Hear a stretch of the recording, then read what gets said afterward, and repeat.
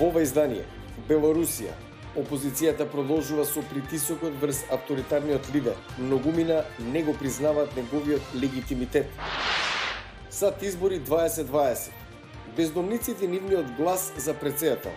Како е во Калифорнија? Како и каде се регистрираат? По 6 месеци во Танзанија поради коронавирусот се вратил во Кенија. За искуството на еден репортер. Ќе ви кажеме, останете со нас. Добро вечер од Вашингтон, јас сум Јане Бојаджиевски, ова е News Flash. Инаугурацијата на белорускиот претседател Александар Лукашенко ја однесе државата во ново сценарио. Опозицијата ги повикува и натаму да продолжат протестите, тие продолжуваат секој ден. А авторитарниот лидер го губи легитимитетот. Маркина Рикардо, јавува од Минск. По проблематичните избори во Белорусија, Александар Лукашенко даде заклетва за уште еден мандат на инаугуративната церемонија која не беше најавена. Причината за тајноста беше да се спречат десетици илјади демонстранти да го блокираат градот, како што беше во неделата по инаугурацијата. Сега демонстрантите сваќаат дека ова е битка на долг рок. Нивните планови за отстранување на Лукашенко од власт се попречени од цврстата контрола на долгогодишниот лидер врз белорускиот безбедносен апарат. Сепак, демонстрантите не се обесхрабрени. Ке има некако вид на диалог, но сигурна сум дека ќе го симнеме од власт, бидејќи државата се крена против него и тоа е невозможно да се игнорира. Нашата единствена шанса е да ни се приклучат повеќе луѓе да застанат на наша страна, за народот да може слободно да избере, а не диктаторот. Претседател стави јасно до знаење дека нема да се вклучи во никаков диалог со нив. Наместо тоа тој ги навреди, нарекувајќи ги наркомани, алкохоличари, стаорци. Властите сметаат дека лицата кои протестираат се контролирани од надворешни сили. Мы можем смело говорить о том. Можеме да потврдиме без страв дека Белорусија првпат во незината историја се наоѓа во сценарио на обоена револуција, организирана од надворешни сили, координирани од Литванија и од Полска. Конфликтот меѓу опозицијата и Лукашенко привлече глобално внимание. Многу западни држави одбиваат да го признаваат за легитимен претседател, а Русија го поддржува.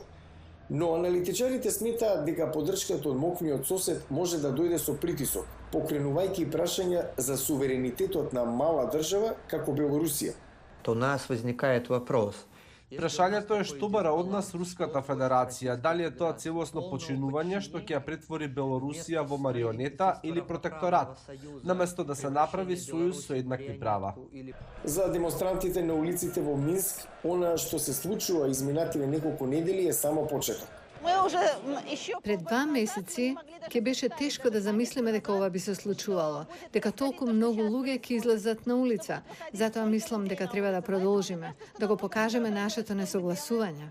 Сега во Белорусија почнува нова фаза на конфликт. Од една страна, опозицијата ќе сака да ја намали моќта на Лукашенко преку протести на улиците и со помош на меѓународен притисок. Од друга страна пак, владата се надева незините безбедносни сили заедно со намалување на ентузијазмот кај демонстрантите со време да доведе до губење на моментумот. САД избори 2020. Судовите во Калифорнија одлучија дека бездомник може да се регистрира и да гласа на изборите од локација каде што го минува најголемиот дел од времето.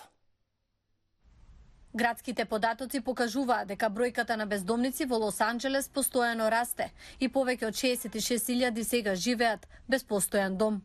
Националниот попис е во тек и ќе им помогне на официјалните лица да ги утврдат точните бројки.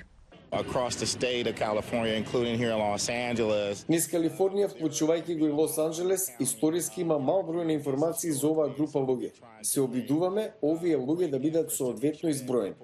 Има одредени правила за регистрирање. Например, ако бездомник спие среде улица, официјалното лице за попис не смее да го разбуди за да учествува во пописот. Доволно е да се регистрира бездомникот. Во меѓувреме, некои прифатилишта за бездомници во Калифорнија им помагаат на жителите да се регистрираат, да гласаат на ноемвриските избори. Има погрешна перцепција дека бездомниците не се загрижени за ништо освен за дневните неопходни потреби за живот. Тоа не е точно. Многу луѓе денес стануваат бездомници поради COVID-19. Ги губат работните места, не може да ја плаќаат киријата. Некои кои сега се бездомници не значи дека се зависници од дрога, туку поради разни околности станале бездомници. Пол живее на локација позната како Скид Роу. Овој кварт во центарот на Лос Анџелес е дом на една од најголемите и најстабилни заедници на бездомници во државата. Тој вели дека заедно со другите таму го минува времето, дискутирајќи за предстојните претседателски избори. Ми се допаѓаат двајцата. Едниот се уште учи политика, другиот има премногу политика во себе.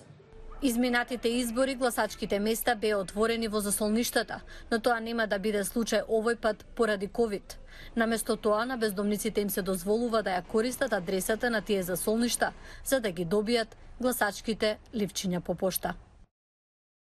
За крај на News Flash, репортер стациониран во Кенија мина речиси 6 месеци во Танзанија поради забраната за движење и патување воведена со коронавирусот. Конечно се врати дома. Погледнете ги неговите новинарски белешки, впечатоци, но и очекувања. Се наоѓам во Националната здравствена лабораторија во Дар ес Салам за да направам тест за COVID-19. Снимање овде не е дозволено. Господјата на шалтерот што туку ми даде сертификат со резултатот кој што е негативен. Ја прашав што се случува доколку некој е позитивен. Твојот резултат е негативен, нема зошто да знаеш што се случува доколку е позитивен, ми рече таа. Многумина сакаа да патуваат откако повторно почна да се лета. На шалтерот таму е фотографија на претседателот Џон Магафули, кој како да ги гледа апликантите за тестирање.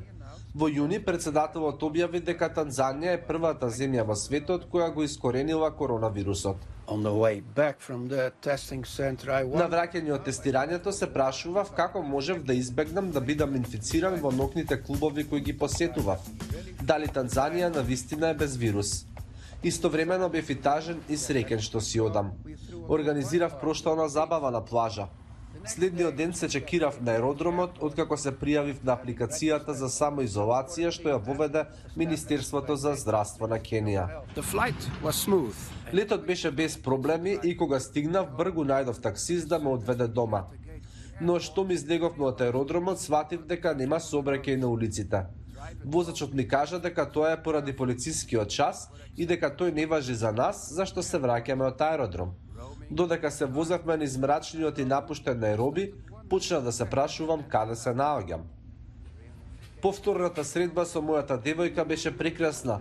Долго бевме разделени. Отрезнувањето дојде веќе следното утро, кога добив SMS порака од Министерството за здравство со барање да ги внесам податоците за самоизолација. Изгледа дека Кенија е сериозна за вирусот. Тоа го сватив и кога отидов да пазарам. Трговскиот центар каде обично одам е претворен во една голема зона за миење раце со средства за дезинфекција на секој 20 метри. На подот има лепенки на кои се означува просторот за социјално дистанцирање.